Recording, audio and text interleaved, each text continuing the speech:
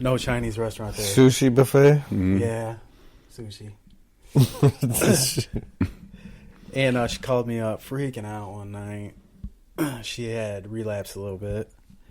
And I said, does anybody know what you did? And she said, no. I said, go in the bathroom, throw up, take a cold shower, and just go to bed like nobody knew.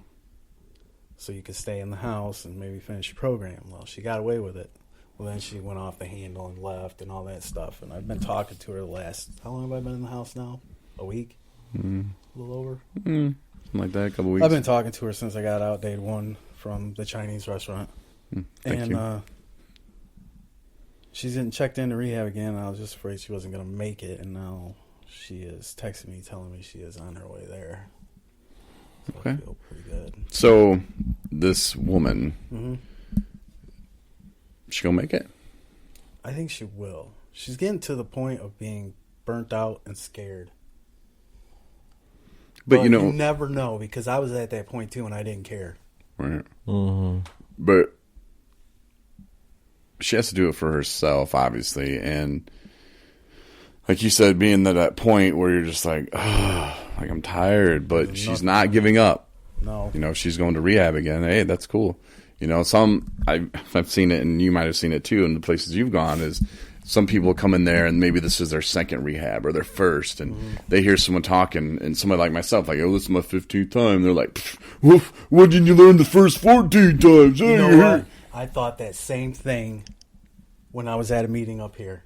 We had a big group meeting, and somebody said they went through 12 times, and a guy called him out on it. And he goes, you mean to tell me you went through 12 of them and you never got a damn thing out of it? And it caused an argument, and then I thought back, and he thought in that meeting, he apologized to him for calling him out and stuff. And I didn't apologize to him because I was thinking the same thing. Jeez. Sometimes it takes people longer. I mean, it took me forever to get out of school. Yeah. You're still learning stuff. Hey, yeah. Oh, jeez. No, in the rehab process, it's different for everybody. And some people have darker closets and deeper holes that they got to get into, you know, and you can paint a pretty picture of, oh, here's my garden, and, oh, let me pull these weeds out. Well, underneath the weeds and underneath the dirt, there's this whole decaying body under there, you know, but I don't want to dig. I don't want anybody to see that. I don't want anybody to see that, you know, but you have to get down there and get it out before you can move on. And I think that's what's hard for people. You know, some people, it's easier to spill their guts. You know how hard it is to talk about stuff sometimes. I hate talking about stuff. And that's what you have to do. It's uncomfortable and you don't like it. And I don't like it either, but it took me that for myself to kind of get to where I'm at now today. So, you know, it's different for different people, but you can't judge somebody for trying. You know, at least they're going back. They could go back 100 times, and I would still pat them on the back and say, hey, good luck.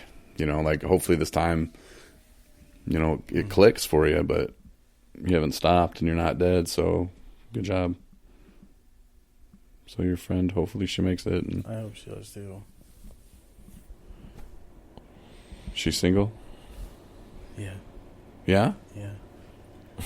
She's kind of pretty too. Kind of pretty? Yeah. Now, are you going to settle for kind of pretty, or are you going for, like... I would settle. Drop dead her. gorgeous. Really? I'm not into the high maintenance drop dead gorgeous thing. You never know. What about a butterface? No, because that's too many layers. I like to wake up to what I seen the day before. Okay.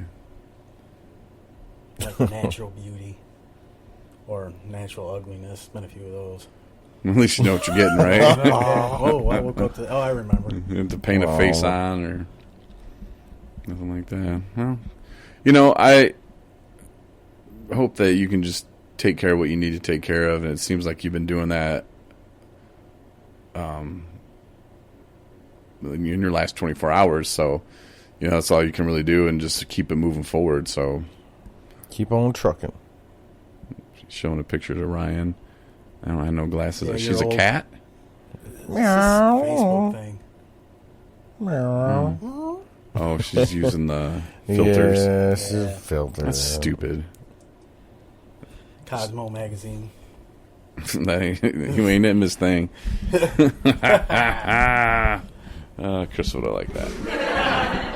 All right, well, we're not doing 5 minutes alone. We're not doing shout-outs till Thursday. I did want to say what's up to my homeboy, Jamie. He got his 2-month coin. Nice. Today. He was pretty pumped about that. He's a big fan of 217 Recovery. He said that we inspire him. And thanks for listening. That we all inspire each other. We Yes. all motivate each other. You know, Jimmy, just seeing that coin, man, makes me happy. I know I can just see your crazy bald ass smiling and laughing and being very inappropriate with all the female nurses. That's what you do. But that's you, man. That's what makes you you. And I know your family's proud of you. And Jamie was one of those that was in the Chinese restaurant when I was in there, and it was his first time ever. And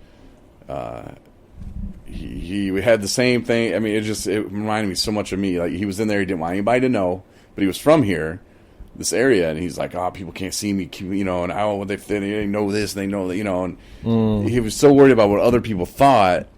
And then he about killed somebody in there, and yeah, it was pretty funny because I wasn't the guy he was trying to kill. Right. But so he went to this other place, and you know, he was in the military, and he's got some stuff going on, you know. And I told him, I was like, hey, we need somebody, you know, on 217. You know, when I was in there thinking about making it, you know, I didn't even know it was called 217. I was just like, we're going to start this, and we're going to need somebody with military, you know, that you can help people that, you know, because I have been in the, I don't know. So with PTSD and, you know, the drugs, I guess, they'll just give you big old bottles of them. You go to the VA and say, hey, I'm doing this or I'm feeling this. There you go, buddy. Yeah. You know, he didn't even know he was hooked on opiates. You know, he thought he was just a drunk. And then he realized it was both. You know, he was abusing alcohol and opiates, and he had no idea. He just, well, the doctor gave it to me. Like, he was one of those kind, you know. Yeah. But we do need someone, and I told him, hey, man, you could be on board. And, you know, it's taken Jamie a little bit longer. Rob kind of filled that void for a little bit when we started it, you know, because he was in the Army, so he was going through his things, and, you know, but we still, and I really hope that Jamie can get out and join up with us, because I think the things that he would have to say, you know, being this big, tough, burly man, I've seen him cry. You know, he looked at me and he broke down, you know, and he was ashamed and he was sad, and he was at that point where he didn't know what to do, but you know what? He doesn't have to do that anymore, and he can share his hope and his experience with other people and, you know, help people. Because, like I said, Jamie's a very likable guy. He's funny, just very inappropriate around women, but that happens. Mm-hmm. I think I'm bad. Wait to see this guy. No, but he's awesome, man. I like Jamie a lot. He was a great roommate, and he didn't kill me, so that was perfect. Sweet. Anyway, yeah, Jamie, that was quite the shout-out, I guess, but... but yeah, man, I'm happy 60 days. Yeah, and hopefully you've been listening to this whole podcast. Hopefully. But I don't know, that kind of does it for me. I don't know, you guys got anything else? I'm pretty well off. Dustin, you want to say anything that doesn't make any sense whatsoever? I'm good at that sometimes. Yeah. No, I just want to thank 217 for letting me tell my story. Real uncomfortable, but what got me to tell that story was the Get Hard meeting. When I stood on the podium, I was going to just be an idiot up there, but it got a little serious. Yeah, we were messing around that meeting. I told Chris, I'm like, let's get up there and act like we always do this, and then it just kind of became fun. Like, everybody got up there and at the podium, and the mic didn't work, but we it's still like you see him on TV, like that kind of meeting. Mm-hmm. So we had that kind of meeting. We got the podium. It felt like a telephone. Get on up there. Yeah, you do whatever you want. I think that should be a staple. I like it. It actually makes you feel like people are more listening and paying attention to you, and you feel more important. And yeah, why not? And you and Chris are going to have to start getting used to that too.